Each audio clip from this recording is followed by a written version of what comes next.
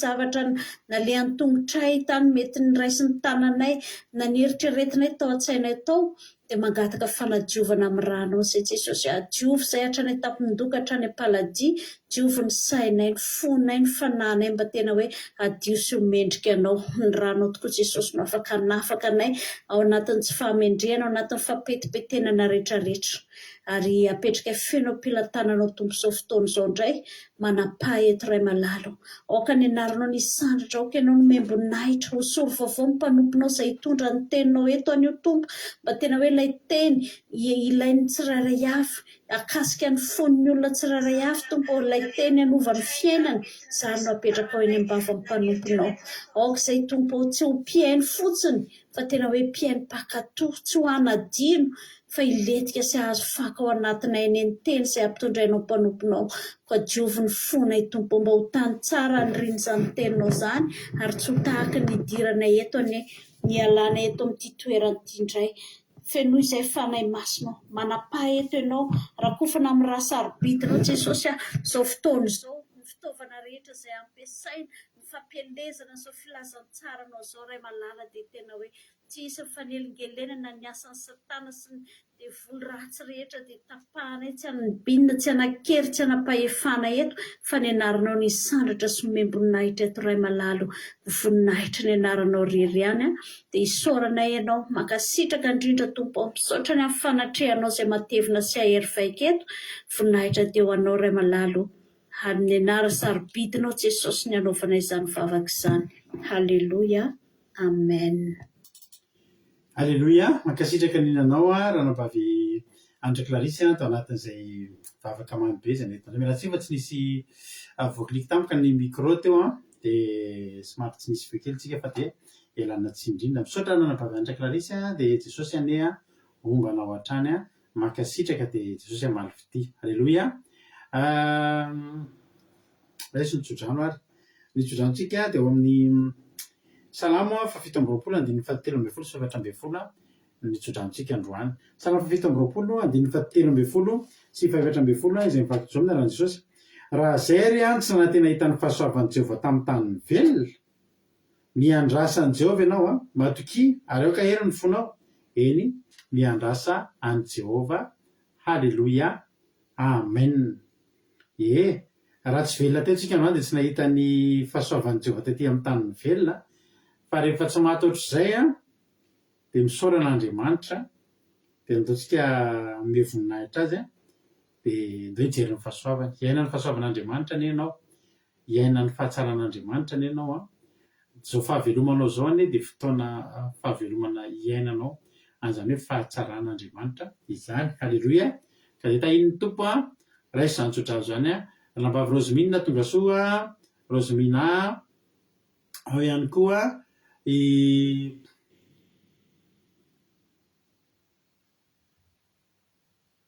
koa Nambintso Makrina France, Rosimina France, Nambintso Makrina Koety fa tsy France, Tsiramboramelona France, Yama Koety, Ikeran'Andrianasoa Madagasikara, Marie-Jo États-Unis, Antanina Marie Charline Madagasikara, Erika Raky France, Tsiramboramelona France, Marie-Jo États-Unis, Anatany Marie Charline efa teny teo, Tony Jesosy manakizay Allemagne, Kadaka Malala France, Someva France, Marie-Jo efa teny teo, Sy Apôstôly Madagasikara, dia tonga soa ihany koa Itody Raonso, Itody Noeline France, Soameva France, Nambintso Makrina Koety, artiste de Madagasikara France, Jesosy Mpandresy Madagasikara, Persava Koety, Sopianjana Arabie Saoudite, Hortensine Koety, dia tonga soa Azaska Patitsy France, Asiny Apôstôly Madagasikara, Alazana Monika Koety,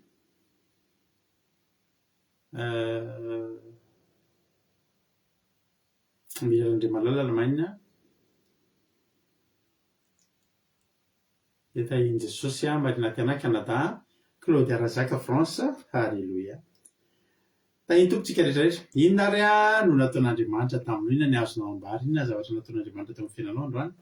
Ny androany lamina be mihitsy ny programmako androany, tena tsy tsy nisy fitototo tsisy ninona mihitsy fa tena ohatran'ireny ranotony be reny ny fiainako androany tena isorako an'Andriamanitra tena hoe ny tontolo andro tena nilamina ohatran'ireny rano ohatran'ny tsy mba rano mikorina fa ohatran'ny farihy farihy tsy mihesika fa milamina tsara eo nefa misy mpiara-miasa amiko tena mitovy asa amiko vao amin'ny firy maraina ozy nareo za vao tonga ampiasana izy efa ny Paris efa navita lalana adiny roa tena hoe tsy takatry ny saina le fanavan'Andriamanitra tena milamina be dia misy zavatra koa fahasoavan'Andriamanitra izay namboarina dia vita soa tsara le izy ianavana malala fijonavavela tsy hitanao tsony izay ho tenenina be dia be loatra le zavatra tiana ho tenenina fa dia tsongatsongainao fotsiny izy mba tena tiana ho tenenina amin'ireo fa za manokana dia matsampy be dia be ny fijonavavolombelona be dia be ny fahasoavan'Andriamanitra tena hoe tsy takatry ny saina azo atao azo lazaina fa izay aloha ny any lazaiko dia anjaranao indray manoratra zao inona ary no nataon'Andriamanitra teo amin'ny fiainanao tamin'ity androany ity za hoe farapitso mety hanana fijonavavolombelona mahafinaritra be fa ao ara-pinoana tsara dia raha manana fijonavavolombelona ngeza-be arako izy dia teneniko anareo fa misy zavatra mahafinaritra mety izy eo izy koa mbola tsy nanarabeko teo sandolako ety tonga soa daholo andao aloha tsika eno hira anankiray anatin'ity hira ity ianao dia afaka tena manoratra ianao inona mba fahasoavan'Andriamanitra azonao omaly zao raha hitanareo dia Claude Arazaka zao efa voainga kengana izy teto fa raha mandika dia omaly zao Claude Arazaka efa manomboka nanoratra fijonavavolombelona alleluia dia toy izy fa tsara dia hitanao fa isan'andro ianao dia hita zavatra foana ahafahanao manome voninahitra an'Andriamanitra tahian'Andriamanitra izay manome voninahitra any izy ny tena Andriamanitra dia ho tafiako voninahitra izany mahatonga antsika tahian'ny tompo foana isan'andro mba nankolazaina foana satria mazoto manome voninahitra azy ndao ary ianontsika ity hira ity dia ao anatin'ity hira ity ianao afaka manoratra fijonavavolombelona dia vakiko eto mialohan'ny hidirantsika amin'ny teny Andriamanitra izay entina rababitsika Angelina Diamant Chine no midoradoro-teny androany indray Jesosy atsika mianao finaritra atolotra antsika izany teny izany hoe izany hira izany hoe ny miankina aminao tsika mila miankina amin'Andriamanitra isan'andro amin'izay rehetra ataontsika amin'izay rehetra ataontsika sy andehanantsika mianao finaritra azy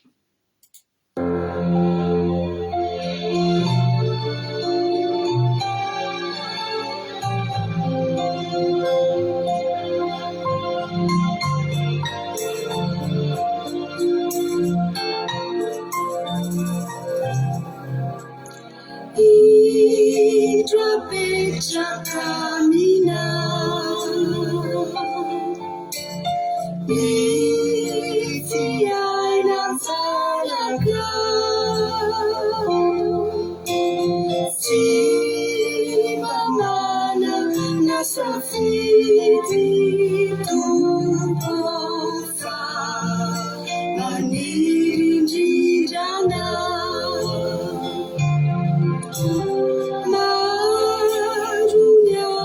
China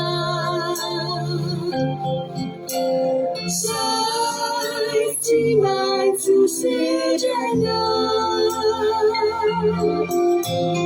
Mula nufu kamaleni tukoka Gafimi erina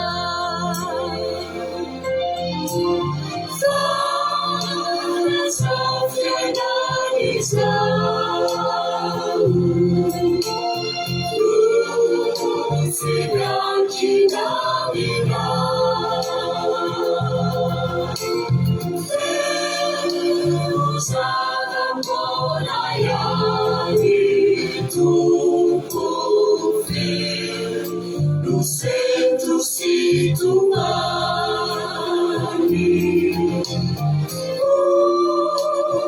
levo na loucura Salveça e desar Farisava-te o lume do poder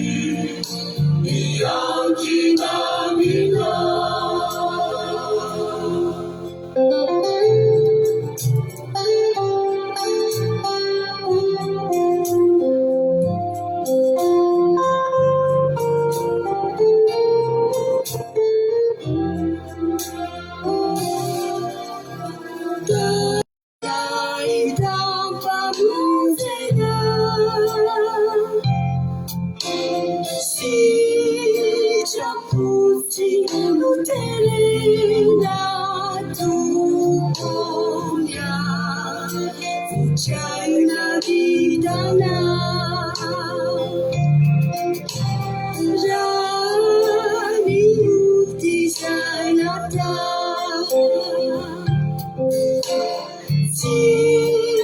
Sina finamina Fai faccio avanti tutto La tua saura Fai soffrire i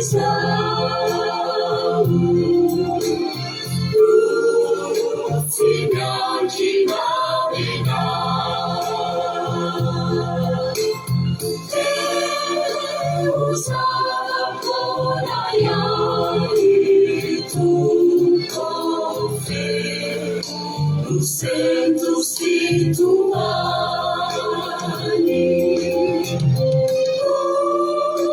Ulevo lavukua Saurecha itisa Zani savati uluri tukoni Bianchina Fara soffiana di samu Luci bianchina mina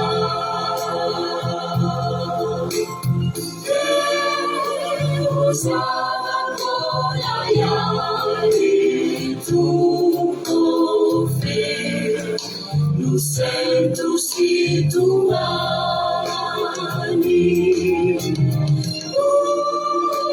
Ulevo lavukua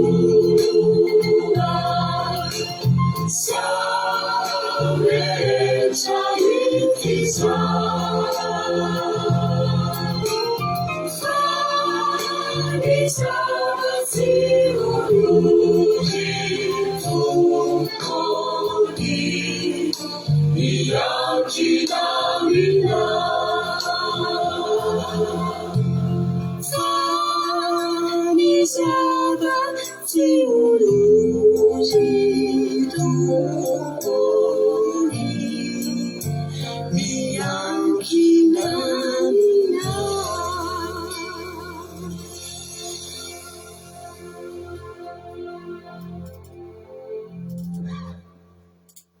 Alléluia. Mila miankina amin'i Jesosy tsika. Asa adinonao zay. Mila miankina amin'i Jesosy foana tsika isan'andro isan'andro fa raha tsy izany dia tsy milamina ny fiainantsika. Alléluia.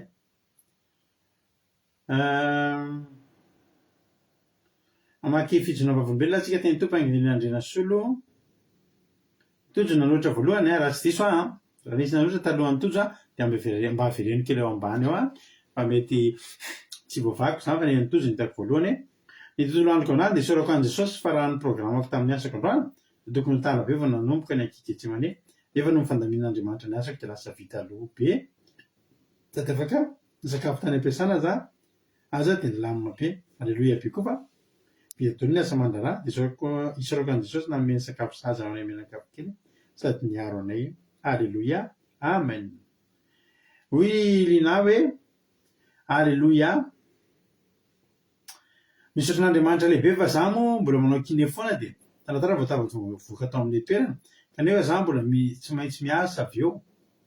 Taraiky vao tonga tany amin'ny toerana niasako fa tena isaorako azy lehibe fa vita raha-potoana ny asako rehetra tsy nirotoroto akory aza dia mbola vita miloha. Alleluia. Tenenina Jesosy fa tamin'ny fandamina rehetra fa rehefa mbola tafahoana soma tsara amin'ny ankonina indray voninahitra ho azy irery ihany. Amen. Alleluia.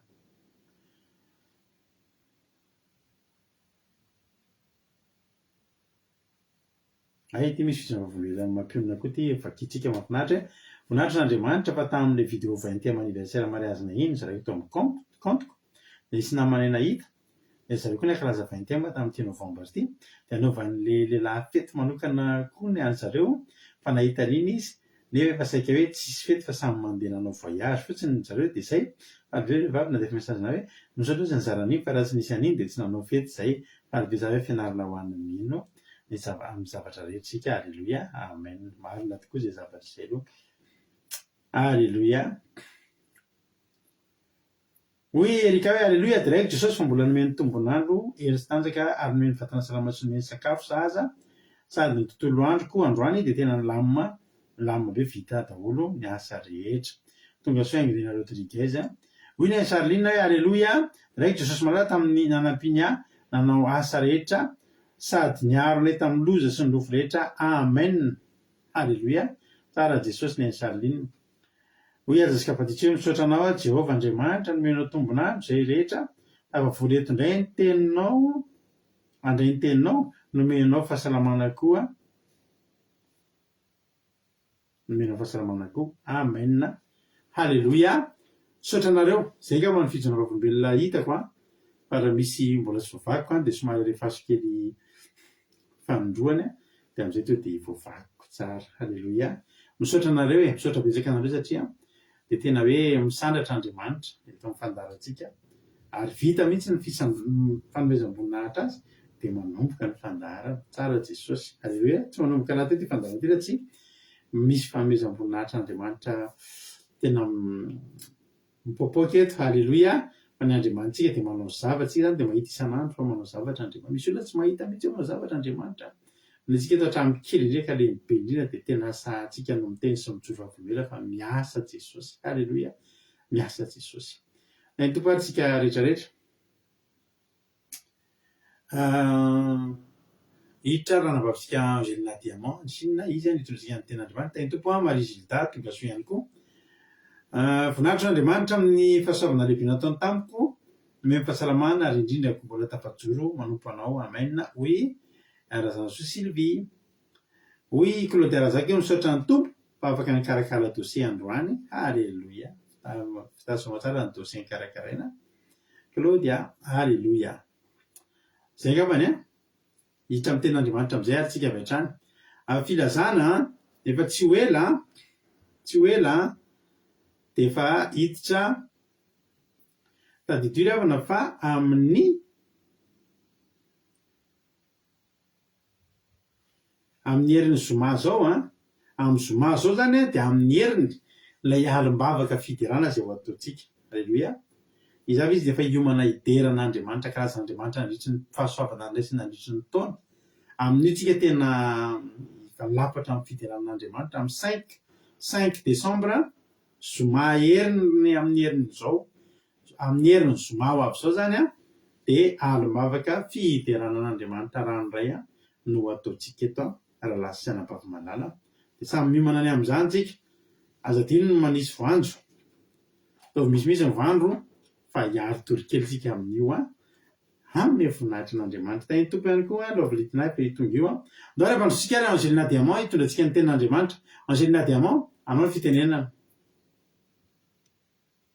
fiadanany tompo amintsika rehetra tany tompo manokana pasteur Anvady izay mpanatanteraka ny vavaka fiambenana fiadanany tompo amintsika rehetra izay miaino ny tenin'Andriamanitra anio teny izay hita ao amin'ny mpitoroteny toko 12 andininy 13 ka hatramin'ny 14 mpitoroteny toko 12 andiny 17 ka hatramin'ny 14 amin'ny anaran'i Jesosy ary rehefa izany rehetra izany dia izao no farany teny Andriamanitra no atahory ary ny didiny no tandremo fa izany no tokony ataon'ny olona rehetra fa ny atao rehetra dia hoentin'Andriamanitra ho amin'ny fitsarana ny zava-miafina rehetra na soa na ratsy amen teny izay mikasika ny fatahorana an'Andriamanitra raha ny loha hevitra ny toroteny anio ity fatahorana an'Andriamanitra ry havana no fiandoham-pahendrena amintsika zanany ilaintsika ny miaraka amin'Andriamanitra ary Andriamanitra no tena antoky ny fiainantsika fatahorana an'Andriamanitra dia ilaintsika tokoa izany noho ny amin'ny mahazanak'Andriamanitra antsika dia tena ilayntsika isan'andro izany. Aza miandro olona hoe hijery foana ny ataontsika na hiambina antsika amin'ny zavatra rehetra, izay atao hoe tsy maintsy hivavaka rehefa tonga fotoana hivavahana, tsy maintsy sakafo rehefa tonga ny fotoana hisakafoanana, fa vao manao ny asa isika dia efa ao ilay Andriamanitra mijery sy mahita ny zavatra ataontsika. Aza miandry mpanara-maso hoe hanodidina antsika foana amin'izay zavatra rehetra ataontsika, fa vao hiasa antsika na hanao andraikitra tokony ataontsika dia aza adino fa hitan'Andriamanitra mibaribary avokoa izay zavatra rehetra ataontsika, ka na izay miafina rehetra ary hafentsika ato an-tranontsika, izay miafina rehetra hafentsika any anatin'ny saintsika, dia fataro fa fantatr'Andriamanitra avokoa izany ary havana. Aoka ry isika hijery hiandrandra ny lanitra, aoka isika hijery an'Andriamanitra foana mialohany hanao zavatra anankiray. Asa mba ho tadidintsika izany ry havana, hoe isaky ny hanao zavatra anankiray dia hijery ny lanitra, hijery an'Andriamanitra aloha hoe mety sa tsy mety izao zavatra ataoko izao. Aza adino fa raha misy zavatra hafahafa ataonao dia fantatry ny Tompo Andriamanitra avokoa izany. Raha misy zavatra hafahafa ataontsika dia eo ny Tompo mijery antsika ao ambony ao amin'ny lanitra ao ry havana, ohatran'ireny caméra ireny izany. Andriamanitra manara-maso antsika tsirairay avy ary dia tena fantany koa izay rehetra ataontsika, satria hatramin'ny volo-dohantsika dia fantatr'Andriamanitra anisan'ny volo izay ao amin'ny lohantsika tsirairay avy izany. Ka tokony hanao marina sy handeha amin'ny fofen'ny fahamarinana isika hanaraka ny tenin'Andriamanitra, satria raha mitady fahendrena isika dia mila matahotra an'Andriamanitra irery ihany. Amen. Andriamanitra no atahorantsika, satria ilay Andriamanitra no mpamindra fo sy be fitiavana amintsika zanak'Andriamanitra. Tsy tian'Andriamanitra isika hanao zavatra miafinafina na zavatra tsy mendrika any ambadimbadika any ry havana. Azontsika atao tsara ny mankahala ny ratsy amin'ny alalan'ny fitiavantsika an'Andriamanitra sy ny fanaovana ny zavatra tsara. Andriamanitra dia ilay mpanao ny tsara, ary maro ny olona manara-dia an'Andriamanitra mbola mamitaka olona mialokaloka fotsiny amin'ny fivavahana, ny sasany manavakavaka olona.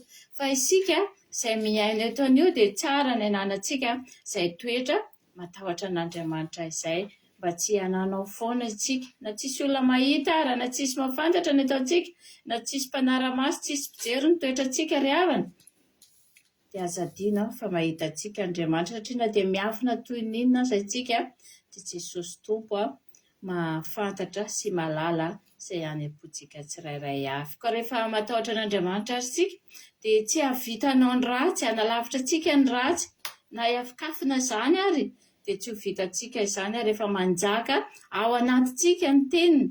Izay no tsy hanadinoantsika an'Andriamanitra isan'andro, isan'ora izany. Ka Andriamanitra no atahorantsika ry havana.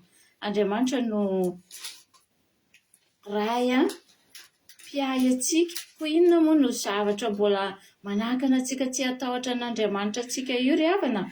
Hiandro-rahoviana isika izay vao hanomboka hoe amin'ny zavatra kely indrindra no ataoko amin'izay fatahorana an'Andriamanitra izay, satria ny zavatra kely ry havana no mitombo dia lasa miahalehibe iny. Ka Andriamanitra no atahorantsika ary ny didiny tokony hitandremantsika ry havana, satria izany no tokony ataony olombelona eto ambonin'ity tany ity. Dia voninahitra atolotra antsika an'Andriamanitra rery ihany. Aleloia. Amen. Aleloia. Mankasitraka indrindra anao ranavavy Angela Diamant tao anatin'izay tenin'Andriamanitra izay noentinao izay. Andriamanitra manana fahasaovana ny hamaly fidianao hiatombozitra sy fahasaovana hatrany hatrany, dia mahereza foana amin'ny asan'ny Tompo ranavavy Angela Diamant. Misaotra antsika rehetra koa mankasitraka sy mampahery azy ireo fa dia ampahery azy ireo izany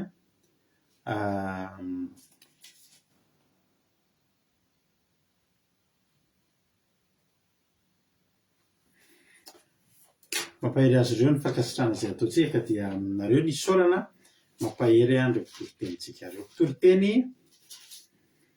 rehefa miteny hoe mpitoriteny-tsika dia zavatra voadinika tsara mihitsy zany zavatra voatery ao mpitoriteny zany. Ny olona nanoatra ny mpitoriteny dia tsara fantatrao fa olona sady miaina tanatin'ny fananakarena, tanatin'ny fiadanana, tanatin'ny fitsarana, tsy nisy adina lelingelina azy, tena hoe nanana fotoana tena nandiniana tanteraka mihitsy zany, tena fahendrena be mihitsy ny zavatra voasoratra ataon'ny mpitoriteny ka tsy misy isalasalana fa ny zavatra rehetra dia voadinika tao anaty fitarihan'ny fanahy masina daholo. Tsy mazatra taitaitra mantsy ireny, tsy mazatra ny sorasoratana taitaitra fa tena atao anatin'ny tombona tsara mihitsy. Raha ny fandinihana moa dia Solomona mpanjaka no nanoratra ny mpitoriteny sy manarakaraka azy eo ny tononkirany Solomona. Vakiko ilay tena anarantsosy hoe amin'anarantsosy ary rehefa re zany rehetra zany dia izao ny farany teny: Andriamanitra no atahory ary didiny no tandremo, izany ny tokony ataon'ny olona rehetra, fa ny atao rehetra dia hoentin'Andriamanitra ho amin'ny fitsarana ny zava-miafina rehetra, na ny soa na ny ratsy. Eo aloha ny tononkirany Solomona ao amin'ny andininy mpitoriteny toko 112 andininy 7 haitsika tsinjery ty teny ty: mifariry zatovo teny mbola tanora ianao, areo ka nofonao falifaly anao amin'ny andro fatanoranao ka mandehanany amin'izay sitraky ny fonao sy jeren'ny masonao, nefa ko fantatrao hoentin'Andriamanitra ho tsaraina ianao amin'izany rehetra zany, ko esory ao am-ponao ny alahelo ary avy tsy hikasika ny nofinao ny ratsy, fa ny fahatanorana sy ny fahatanjahana dia samy zava-poana. Halleloia, amen. Mampitandrina antsika zany ny tononkirany Solomona. Raha vakitsika io soramandry io dia izao ny soramandry amin'ny manomboka amin'ny mpitoriteny toko 112 andininy 7 ka hatramin'ny mpitoriteny toko 12 manontolo. Izao ny soramandry: anatra ho an'ny tanora fanahy mba hanampoizany avian'ny fahanterana sy ny fahafatesana. Zany hoe ny olona tanora fanahy zany, ny olona mbola tanora fanahy dia tsy maintsy mieritreritra fa hiantitra izy ary ho faty. Inona no preparena, inona no fiomanana? Zao avana malala ny fahanterantsika dia mbola tanora tsika dia homanina. Eo amin'ny fahatanorantsika zany ny fanomanantsika ny fahanterantsika sy ny fahafatesantsika. Misy feo kosa, efa misy feo kosa ary rikavana ianareo ny tsisy feo any amin'ny voalohany any tsisy feo, azo efa misy feo ara-dalàna mihitsy. Misy feo, maheno nareo? Maheno ve nareo? Maheno daholo ve tsika rehetrarehetra? Aleo ary tsy tena areo fa sao dia tsy maheno nareo, fa za aloha mihina hoe maheno fa ny Amerika no tsisy feo. Misy ozy ny lina, saotra ny lina. Alleluia. Zao zany le soramandry: anatra ho an'ny tanora fanahy mba hanampoizany ny avian'ny fahanterana sy ny fahatesana. Ny ataontsika eto amin'ity tany ity, alleluia, dia tadidinao ty. Ny ataontsika eto amin'ity tany ity dia manomana ny mandrakizay, manomana ny amin'ny fitsarana antsika. Zany hoe tsika zany vao tonga eto amin'ity tany ity dia efa miomana sady amin'ilay fitsarana. Alleluia. Ka raha amin'ilay andro ray farany ainanao eto ianao vao hiditra hiomana ho amin'ny fitsarana, dia tadidi fa maromaro ihany ny zavatra hitsarananao tsy nentina ataonao.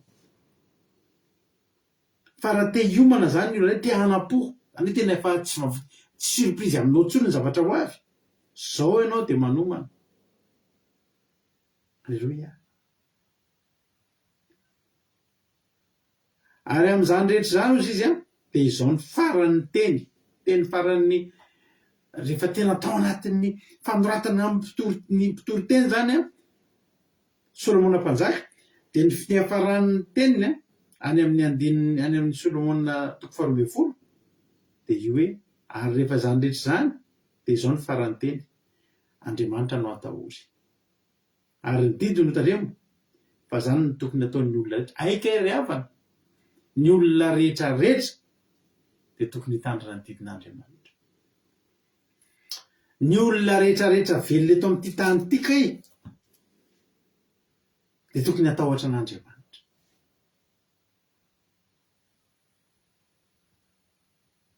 Zany zavatra izany tokony ataon'ny olona. Raha mbola olombelona koa izy dia tokony atahotra an'Andriamanitra.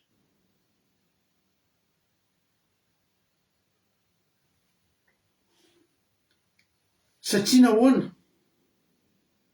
ny ataontsika rehetrarehetra dia hoentin'Andriamanitra amin'ny fitsarana ny zava-miafina rehetra na ny soa na ny ratsy.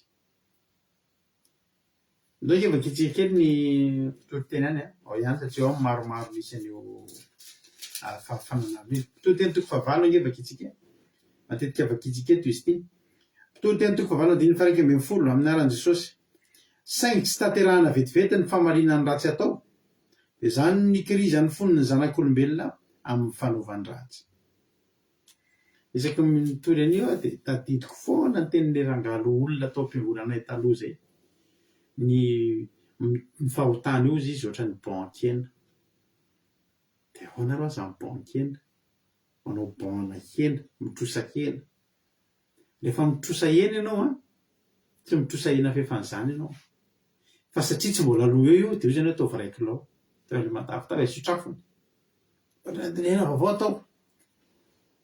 Rehefa ho trosa io tonga dia le fehan-kena be iny alainao. Satria maninona mbola tsy aloa iny androany.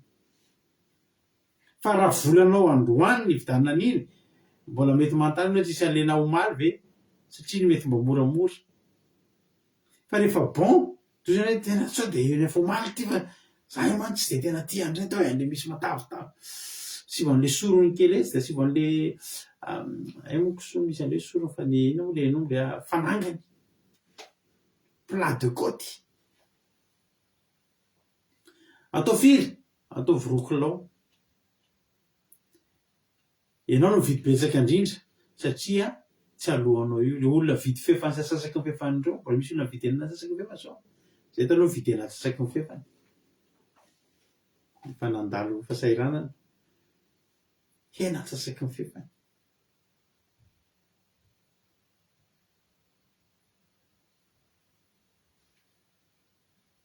Saingy tsy tanterahana vetivety ny fahamarinany ratsy atao. Ny ratsy ataonao androany tsy mivaly aminao rehefa avy eo zany. Fa ny ratsy ataonao androany mbola mety elaela iny vao hivaly. Tsy natrafony. Dia izay mahatonga ny olona tsy maninona no manota aloha mbola tsy misy valiny androany iny. Fa raha hoe isaky ny manota tsika tonga dia misy kanota. Vao manota tao dia ny segondra manaraka iny dia voavery. Tsisy nanota izany intsony ny olona. Totokena roanjato ariary. Manana izany ry manambina. Totokena sy sosety. Dia hitanao miavaka tsara mihitsy misy totokena. Way misy totokena nenay to tsisy. Hitanao tsipitsipy kely ilay totokena fefany. Ny ainana izany. Saingy tsy tanterahana vetivety ny famarinany ratsy atao dia izany nikirizan'ny fonony zanak'olombelona amin'ny fanaovan-dratsy. Manao ratsy daholo ny olona satria tsy mivaly eo izy ary lasa misy fahazarana mihitsy antsika hoe tsy maninona izany io e. Efa tsy nanino ohatr'izay tsy maninona. Tena maninona io. Ary tena hisy valiny io. Hisy fahamaliana io. Satria ny tenin'Andriamanitra ao amin'ilay tononkirana Solomonina teo dia ao amin'ny tononkirana Solomonina fa dia mialatsika mpitori-teny. Izao ilay izy. Ny atao rehetra dia hoentin'Andriamanitra ao amin'ny fitsarana ny zava-miafina rehetra. Ny zava-miafina rehetra na ny soa na ny ratsy. Na ny miafina na ny hita maso. Na ny soa na ny ratsy. Dia hitsarana antsika daholo. Ka ny olona mieritreritra mbola tsy valiana androany iny dia ozy ny olona afaka mibebaka ary. Manota aloha androany fantatra izao tsy mety ilay izy. Fa tsy mety izao ny anatin'izay tsika. Mibebaka kosa angamba. Andriamanitra ke mampamindra fo e. Marina aloha izany. Tsy diso izany. Fa ny fanontaniana dia izao. Dareo tsy tafabebaka. Satria tsisy tompony rapitso tsika. Raha androany izany ianao manao ratsy Indrindra ibebaka amin'ny faran'ny taona izy tsika tsy efa nanao voady an'izany hoe zavana voady an'izany hoe amin'ny réveillon nisy oso-toaka farany dia saika isa-taona dia mivoady ohatr'izany taloha mbola mpianatra dia mivoady an'izany hoe amin'ny réveillon nisy oso-toaka farany dia ny fara-fahabetsany indrindra vitako record vitako tany amin'ny 5 janvier tany aho vao nisotro fa matetika 2 janvier mamin'ny rinana zafisoa ary malala tonga soa ianao le elabe tsy nahita anao ho anareo izay tsy malala mamin'ny rinana zafisoa ary malala mamikelin' Jesosy le manana lera ataontsika reny halleloia mamikelin' Jesosy tonga soa ianao dia inona moa zavatra teny teo avarina tamin'ny mamikelin' Jesosy tonga teto amintsika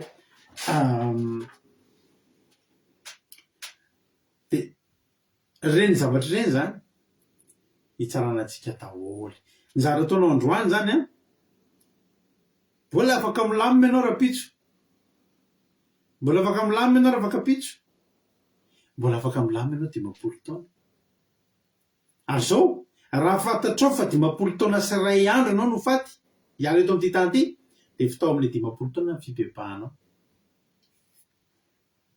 dia milamina ianao fa ny olona tena problème tsy fantatritsika le izy tsy fantatritsika le izy zany hoe tena tsara indrindra zany dia aleo manao tsara foana satria rehefa manao tsara foana ianao dia ho tsarana ihany koa ianao le fitsarana nge tsy mampatahotra tsy voatery hampatahotra ny fitsarana ny olona ray miakatra fitsarana zany tsy hoe zay miakatra fitsarana dia meloko fa voalazany ten'Andriamanitra fa ny atao rehetra ozy izy dia hoentin'Andriamanitra ho amin'ny fitsarana ny zava-miafina rehetra na ny soa na ny ratsy zany hoe na ny tsara zany ho tsaraina na ny ratsy ho tsaraina ny ratsy mahazo noty ratsy ny tsara mahazo noty tsara zay le izy alleloia amen zao anefa ny ampaherezako anao ole ten'Andriamanitra mpitolo teny toko fahavalana andiny faraika ambin'ny folo saingy tsy tanterahana vetivety ny famarinana ratsy atao zany nikirizan'ny fonony zanak'olombelona amin'ny fanaovan-dratsy voalaza fa ny zanak'olombelona io manao an'izay fa misy indray ao amin'ny fiainantsika ny atao hoe zanak'Andriamanitra alleloia ianao zao zanak'olona sa zanak'Andriamanitra ianao zao zanak'olombelona sa zanak'Andriamanitra mizara roa mazava tsara ny olona eto amin'ity tany ity ny mbola atao hoe zanak'olombelona mbola ranofo izy zay dia mikiry izy manao ny ratsy manao ny fanaovan-dratsy halleloia fa ny zanak'Andriamanitra indray dia tia ny toeny andiny faroambin'ny folo eny na dia manao ratsy injato aza ny mpanota ka ela velona ihany dia fantatro kosa fa isoa ho an'izay matahotra an'Andriamanitra dia izay matahotra eo anatrehany zao zany ry havana tsy mahampatiantoka ny manao soa isan'andro rehefa mahita olona manao ratsy dia tena zany tsy maninona mihitsy ny olona manao ratsy miteny ratsy zao ny olona reny zao misy olona eto amin'ny Facebook eny maniratsiran'Andriamanitra miteny ratsy an' Jesosy tena manao tsinitsinina an' Jesosy zany hoe tsy sa manao an'ireny za manokana mahafantatra an'io Jesosy io mahafantapatatra ihany io za tsy sa miteny ratsy an'io zany sa maniratsira an'io zany tena tsy vitako zany satria zao fantatro loatra ny fahalehibiazana fantatro loatra ny fahamasinany misy olona zao tena manao tsinitsinina mihitsy tena hoe marina mihitsy teny mamin'iriny io la mieritreritra foana hoe mba ny fahasoavana grasy fahasoavan'Andriamanitra tsika ho atiny matetika aloha dia mitena zany io za mahay mpanompon'Andriamanitra mihitsy miteny io tsisy an'izany makany amin'ny elo zany zanak'Andriamanitra ve za dia voataony amin'ny elo fa raha zanak'Andriamanitra ianao dia manao sitrapon'Andriamanitra fa sao dia zanak'olombelona ianao sao dia diso hevitra amin'izany tsika ry havana lanitra zany tsy adivana ntsony zany ve fa azo tena matoa misy olona mijaly vao tonga any an-danitra tapa tonga ry havana mpianatra vao tonga tany an-danitra mora ve makany sasarotra ditan'izany hoe za mpianatra za tsy maintsy tonga misy mpianatra Jesosy tsy tonga tany tompoko fa tia vola misy mpianatra Paoly tsy tonga tany tompoko fa mpifanditra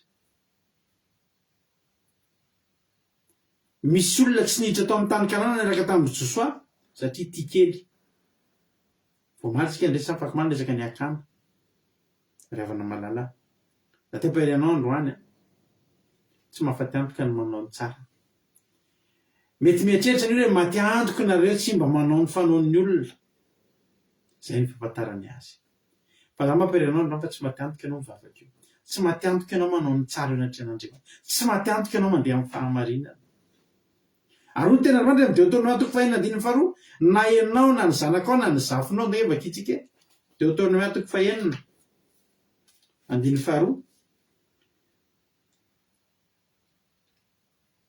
andiny voalohany Deutéronome 4:9 nge andiny voalohany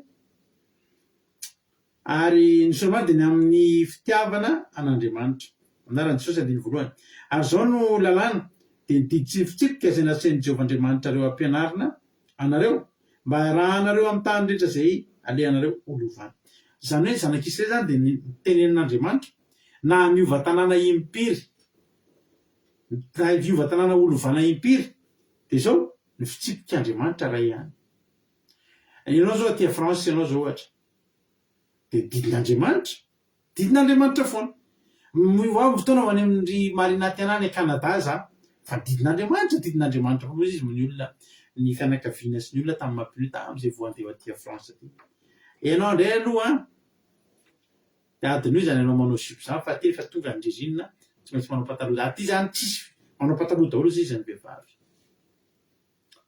izy mampina za tsy manao an'izany intsony fa za manao sipo zao fa tsy manao an'ireny intsony hitantsika eo ary zany izy ny olona dia io zao izy io anga izy rehetra zao manao sipo na rehetrarehetra amin'ny akira teo manao sipo daholo na dia ririnina aza ozy ny anabaviko tamin'izahako voandeha aty tamin'izany elasy io sabatabatan'ny lahy io zay mihitsy tena zany hoe efa miteny any lahy elasy io sabatabatan'ny lisany io adroy zany rehefa aty andafy le ty ozy izy tsisy an'izany miasa rehefa aty atandrea manao hira mivavavavaka amin'ny teniteny mafetika to dia itsony olona polisy zany ny tenen'ny olona taloha dia zao ny tenen'ilay tamin'izareo hitantsika eo zany fa ny lalàn'Andriamanitra ny fitsipik'Andriamanitra dia na aiza na aiza toerana alehanareo mba arahinareo amin'ny lany tany rehetra zay alehanareo olovana mba hatahoranao an'i Jehovahandriamanitra ao hitandremanao ny lalàny rehetra sy ny didiny zay andidinanao dia ianao sy ny zanakao ary ny zafinao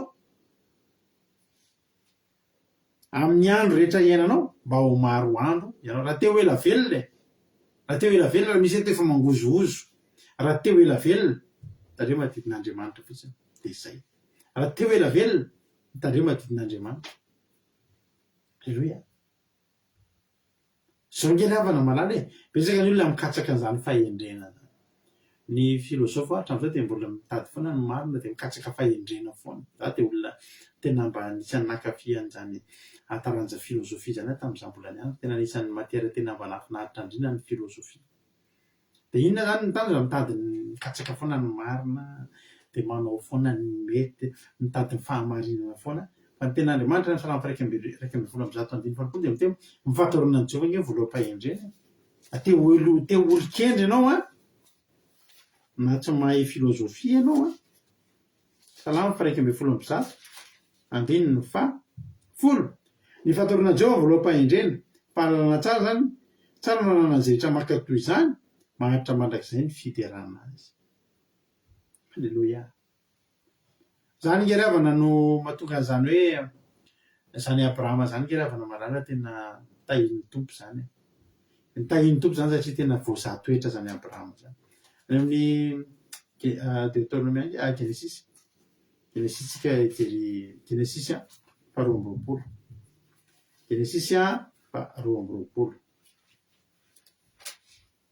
Genesisy 2:20 raha mbola maharitra eto ery rahavavitsika mamin'irina razafy soary malala dia irany no ataontsika malalana ny fotoana androany aleloia inona andao izy metsika mba metsika anona izy androany mba metsika fakasitrahana izy androany inona ny ira mamikelin' Jesosy tiany mamikelin' Jesosy ho atolotra anay mpitehan'ny akiradio eto amin'ny fandahanan-dramoka izao androany dia nao mihitsy manoratra n'ilay hira mba tianao raha efa ao anaty YouTube dia nao mihitsy androany no tianay an'olotra hoe ty irako ty ty mba alefaso fa misy iranao rehefa fandefasana eto a fa raha misy ira tianao fa raha zany de le anana rehefanay nanananananananananana zaran'Andriamanitra alleloia ataontsika indray vavera ohatra akasitrahana iny ataontsika moa raha misy raha fa tianao alefa de ino no ataontsika Genesis 2:20 andininy 12 hoy ny ten'Andriamanitra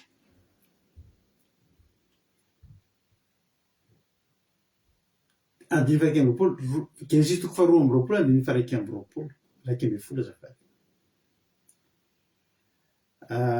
rahan'i Jesosy azo jerentsika inona ny zay zany ataontsika rehefa ataontsika de miaramira amintsika izy rahan'i Jesosy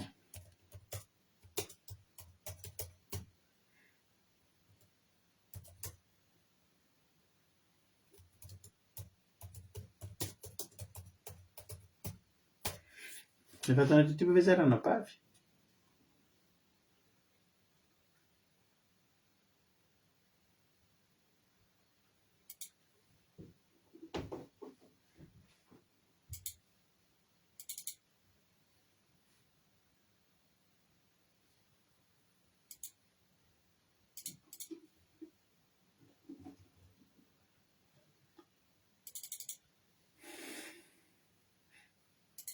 azo sina anona kely ty ve le hira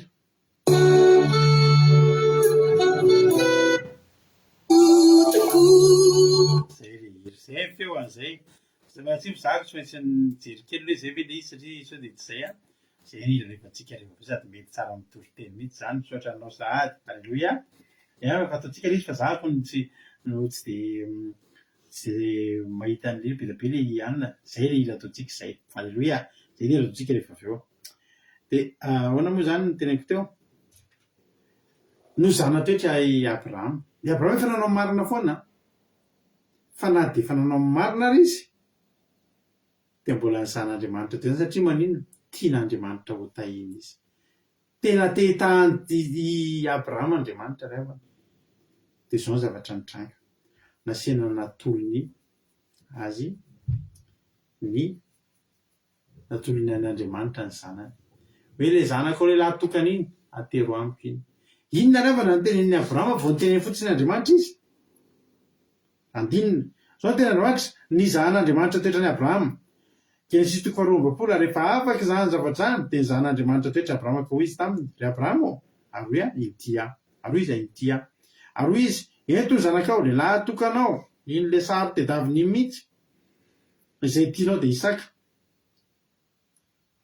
alleluia tsy Ismaela fa Isaka ka mankanesany amin'ny tany Moria ary atero any izy ho fanadidrodorana eo amin'ny tendrombohitra anankiray izay ho lazaiko aminao ny apitso maraina ihany andiny 13 de ny fo maraina koa Abrahama ny fo maraina ho izy Abrahama ry apana ny fo maraina anao sitrapon'Andriamanitra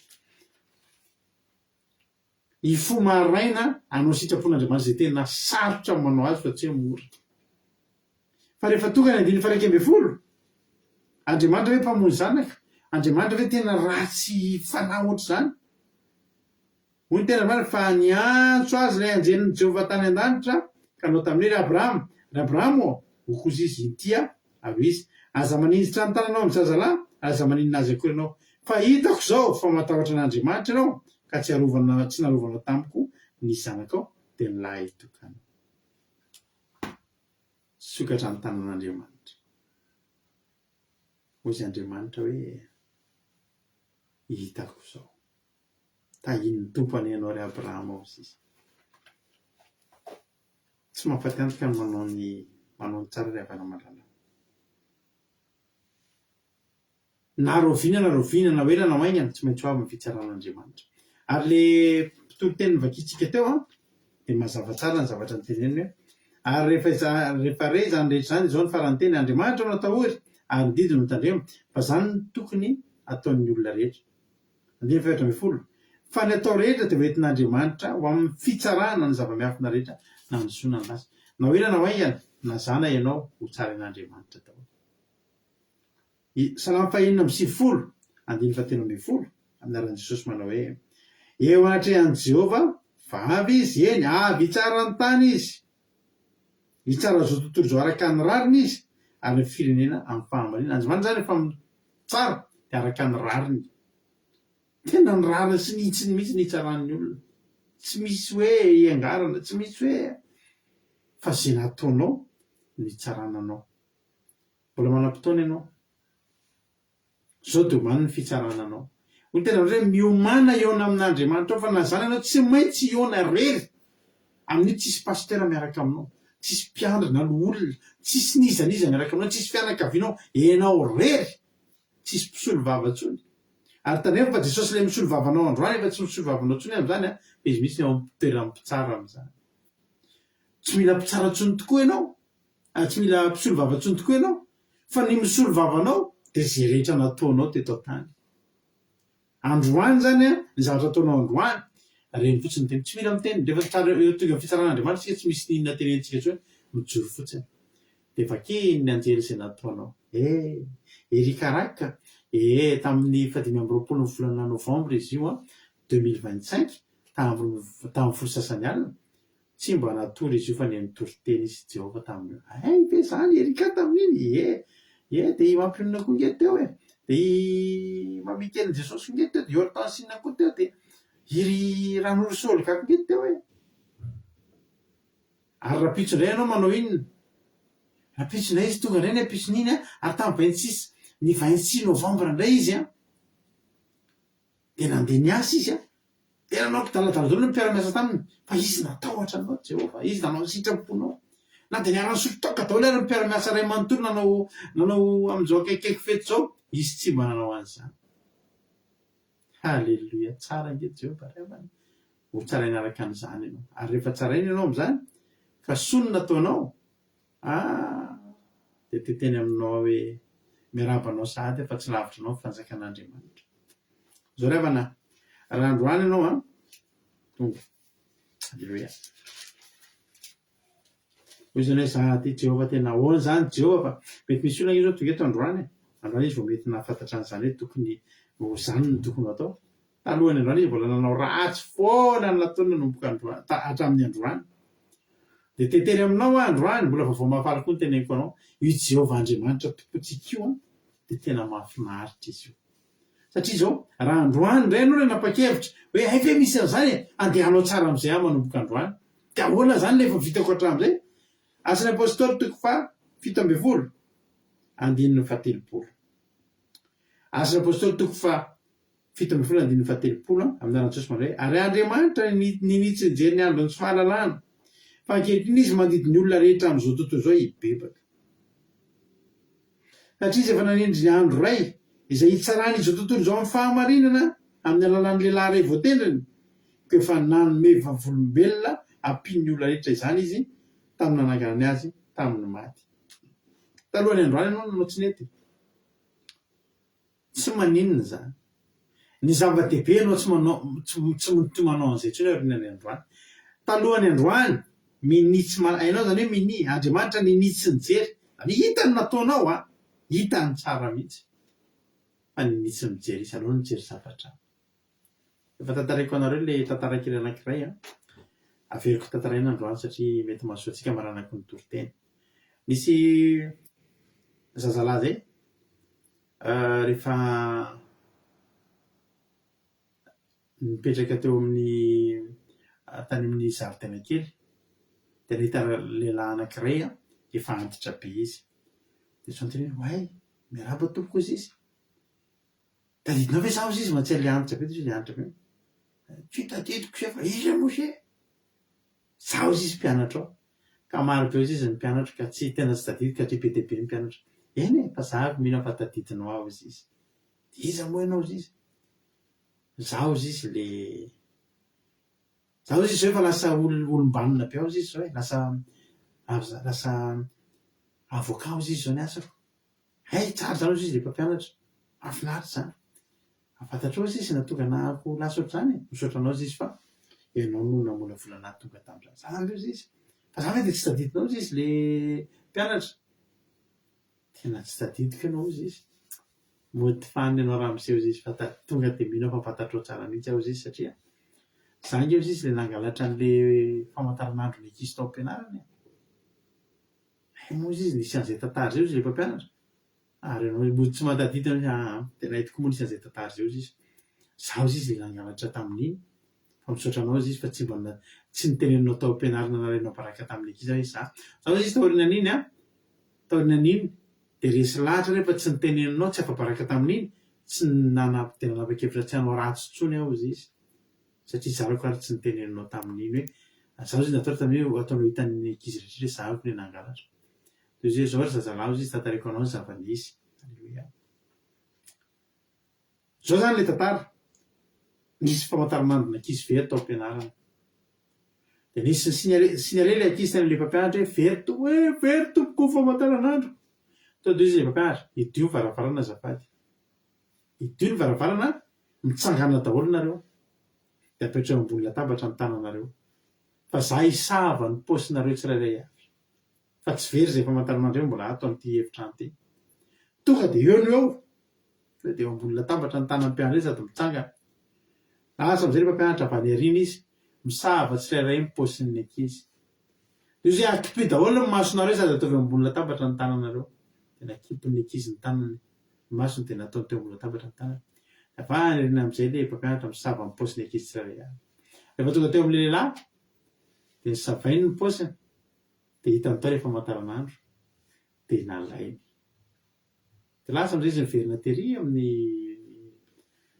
braoany de zao nytenine sokafy tareo am'izay masona hoe fa hita le famantaranandro ty famantaranandronao ozy mantsy an'le ankizy vavy de fa an'le vehivavy misaotra am'izay de anohy fianarana am'izay tsika izy tena anohy fianarana de ohatrany tsisy ninina nianatra de niany de tsisy nyresaka momba niny tsony le lehilahy io natahotra menatra am'izay le mpangalatra tena loza fa ho teneniny ramoseo anankeritreny ankizy zangy ramoseo izy ny ankizy iny za hoe de tsy tadidinao de hoe ramoseo tena mialatsiny aminao fa tsy mandainga raha mitenina hoe tena tsy tadidiko ianao satria zao izy izy nareo rehetrarehetra naseko nametraka ny tanareo teo ambony latabatra de naseko mikipy fa za koa izy natonga nareo naseko mikipy mba tsy ahitanao iza no ahitratrarana an'iny fa tsara fantatra ao izy fa za koa nisava ny postareo nikipy de nikipy aho izy de tsy fantatra iza natratrarana azy fa tena voakasika le zazalahy ary le zazalahy iny tsy nalaina baraka teo nanomboka teo izy resy lahatra tsy mety manao rasy de nianatra izy nanao marina de lasa mpiasa ny lalàna izy mpampiatra lalàna de lasa avoakany asany zavatra tiako lazainao de zao Jehovandriamanitra mahita ny famantaranandro alatra anatin'ny paosinao iny androany fa mikipiko izy misava an'iny aminao minitsy mijery ny andro ny tsy fahalalàna Jehova fa rehefa fantatrao ankehitriny fa tokony ataon'ny olombelona rehetra mitandrina ny lalàny de manomboka androany manendry anao izy mandidy anao izy hoy izy ny ten'Andriamanitra hoe ary ankehitriny izy mandidy ny olona rehetra am'izao tontolo zao hibebaka satria anendry andro anankiray izy hitsarany olona amin'ny fahamarinana amin'ny alalan'le lehilahy izay voatendritra de Jesosy zany ko androany raha nangalatra n'le famantaranandro ianao hatramin'izay any am-paosinao any feno famantaranandro alatra mikipy koa Jehova androany mamoaka ny anatin'ny paosinao ary tsy lazalaza niny amin'olona fa ianao io de ohatran'izao na ohatran'izao fa zao nijery ny andro ny tsy fahalalàna izy fa androany kosa manendry anao izy mba hibebaka sy atao hibebaka fa zava-dehibe raha ny fibebahana ary zava-dehibe ny fifandraisantsika amin'Andriamanitra ho amin'ny fitsaran'Andriamanitra iseho tsirairay avy tsika rehetrarehetra raha tsarainy ianao ka antsara ny nataonao tsy meloka ianao aizanao mahita olona nanao marina ho tsarainy de hogatra zako na Andriamanitra ve de amelona de fanany amin'ny elo Andriamanitra tena tsy te handefa anizanizany amin'ny elo ny elo zany de plasin'ny devoly zany devoly sy ny anjeliny any ny any Losifera sy ny anjeliny no nanomanan'Andriamanitra ny elo fa saingy noho ny fanarahan'ny olona Losifera sy ny anjeliny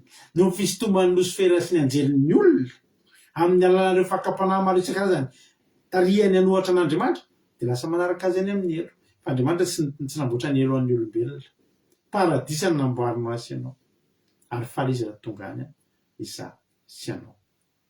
Voninahitro n'Andriamanitra tonga eo amin'ny fizarana fahatsapahitsika. Alleluia. Ino ny kantoko a? Alleluia.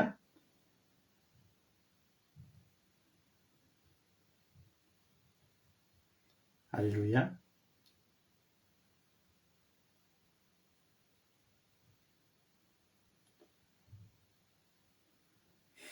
Rado a ankiladio. Ino ny kantoko?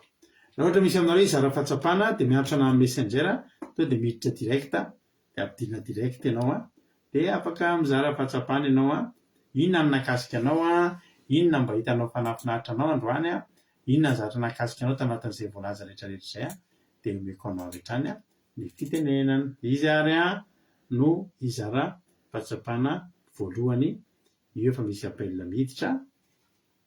Halleluia. Asoary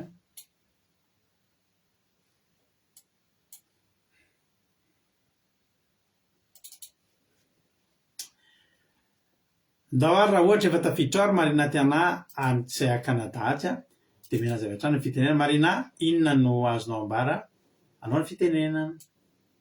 Tokam-pahaferana ilay fitenenana ilay tena marika an'andrany ny atanoraatsika dia fanomanana ny fahanterana amin'ny fatahorana an'Andriamanitra satria zavatra ataontsika rehetrarehetra dia hitsaranantsika na amin'ny soa izany na amin'ny ratsy dia tsy mahafaty amiko ny manao ny soa. Afaka manao ratsy any ianao raha ohatra ka hoe fantatra hoe vidiana tena fatilisanao sisisa satria afaka mideba. Fa ny tena tsara indrindra dia aleo manao ny tsara foana, manao ny tsara tsy mahafaty amika ny soa vita isan'andro isan'andro izay rehefa tonga eo anaty Andriamanitra dia voatsara sady izay koa mba zanak'Andriamanitra tsika fa tsy zanak'olombelona tsika.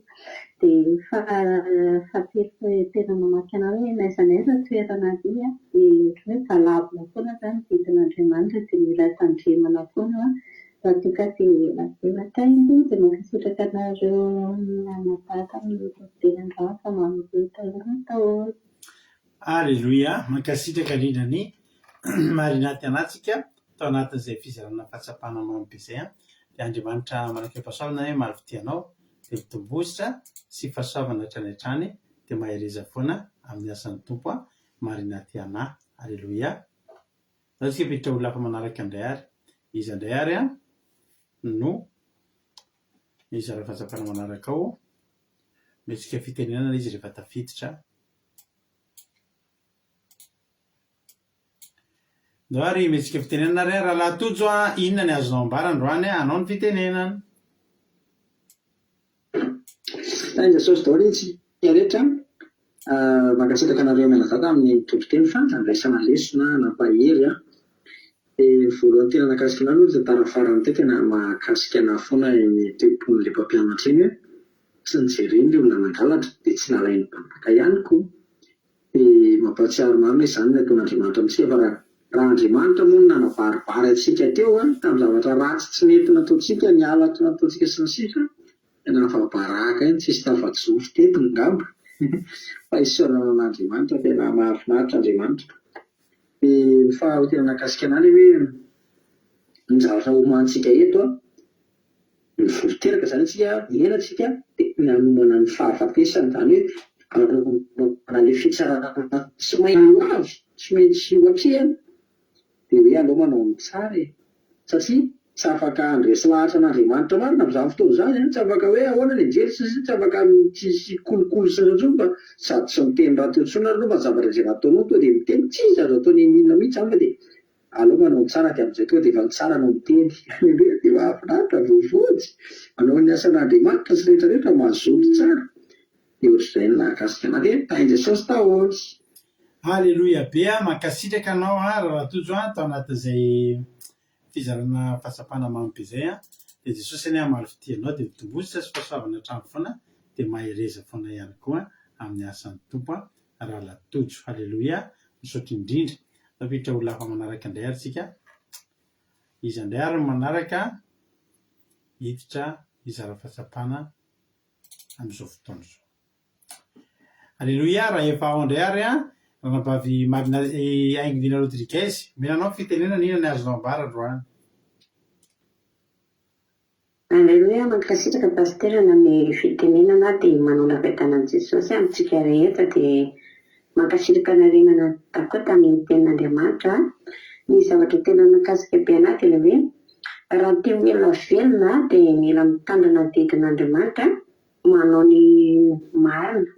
Dia faharoa hoe Abrahama na dia olona mpanao ny marina aza dia mbola nizahan'Andriamanitra toetra ihany.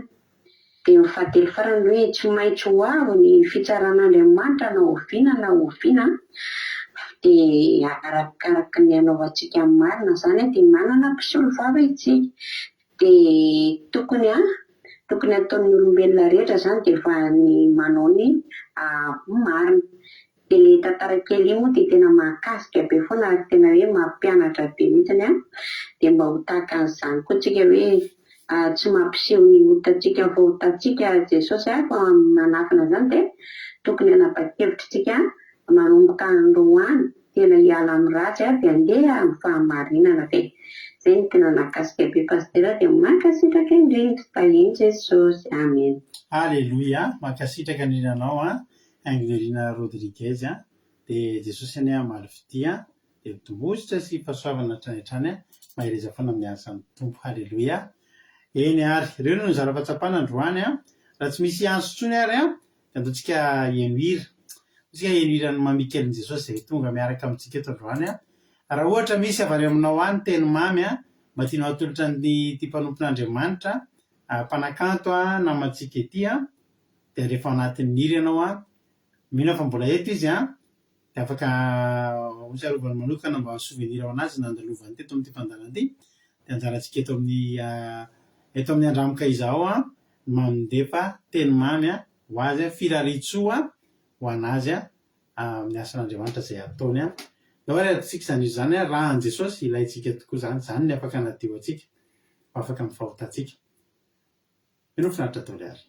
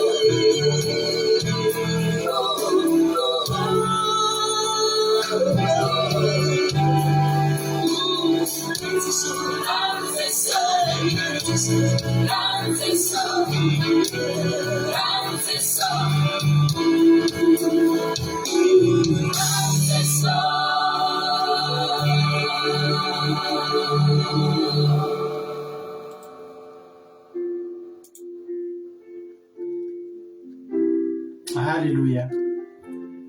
Misaotra anao zay tokoa zay Jesosy ny amin'izany rahanao izay nakorinanao mba ho anay zany.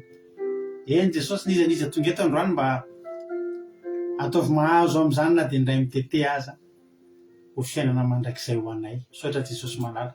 Misaotra ny amin'ny fahatanterahana fotoana teto androany.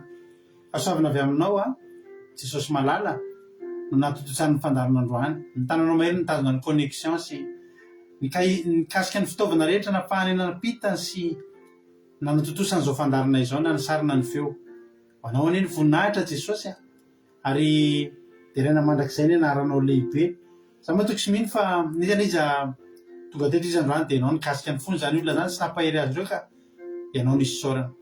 Ary raha andeha atoy zay amin'ny alina ity dia okany anjeninao itoby manodidina anay dia hiaro anay indray amin'ny alina ity. Ny teny rehetra izay nafafy teto androany dia tahaka ny voa izay afafy amin'ny tany lonaka. Oka mba amoha avy zato eny arivo tsy manapataperana hiboiboika ho loharano velona ty anatinay ary amova avy zato eny ho fiainana mandrakizay.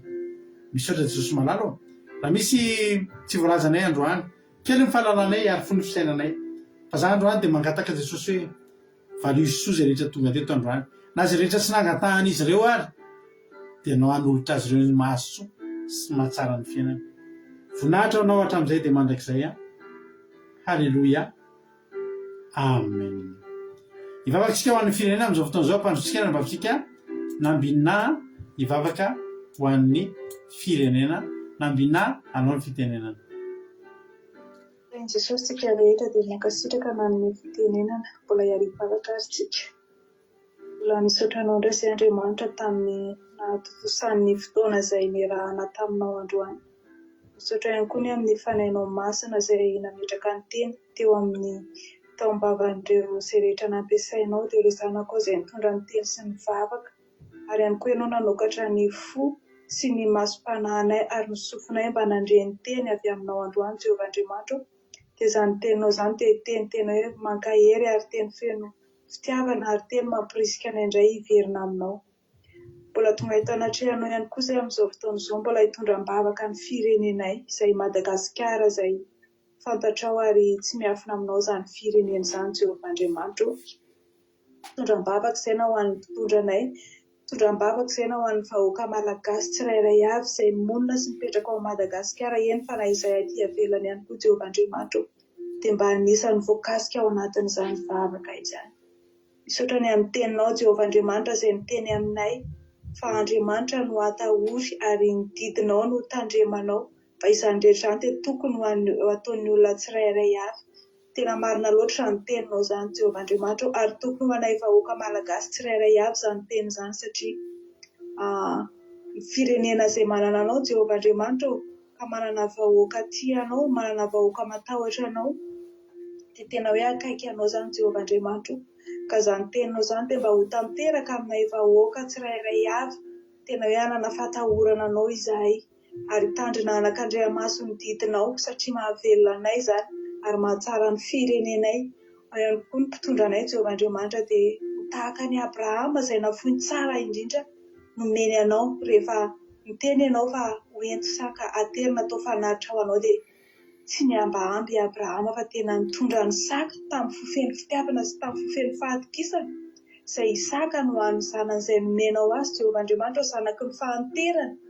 Dia nafono ho anao izany satria ianao nitsapany Abrahama ianao hoe mbola manana fitiavana be Abrahama. Dia ho tahaka izany ihany koa Jehovah Andriamanitra ho an'ny mpitondra anay izay ianao mahita fa tena hoe manao zavatra izay miezaka manao ny tsara eo anatrehanao Jehovah Andriamanitra mangataka izahay mba omenao fanahy tsara, omenao fanahy fahendrena tahaka ny Solomona ary omenao fo tsara tahaka ny Abrahama izany mpitondra anay izay rehetra manodidina anazy Jehovah Andriamanitra. Misaotra anao izay satria ianao niasa tao amin'ny firenenay Jehovah Andriamanitra. Maro ny vavaka izay efa napetraka teo anatrehanao momba ny firenenay. Ankehitriny ianao namaly ny vavaka ary izay tena mametraka sy mino fa valim-bavaka avy aminao daholo ny zavatra rehetra izay miseho amin'ny firenena. Jehovah Andriamanitra mbola mangataka izahay ny hanomezanao fahendrena, hanomezanao fanahy masina ho an'ny mpitondra izay rehetra manodidina anazy Jehovah Andriamanitra ary indrindra ihany koa ho anay vahoaka malagasy mba hifanohana, mba hifampiheno Jehovah Andriamanitra tena hoe hiala amin'ny fahazaran-dratsy fa tena hoe hiverina sy hitodika tanteraka aminao.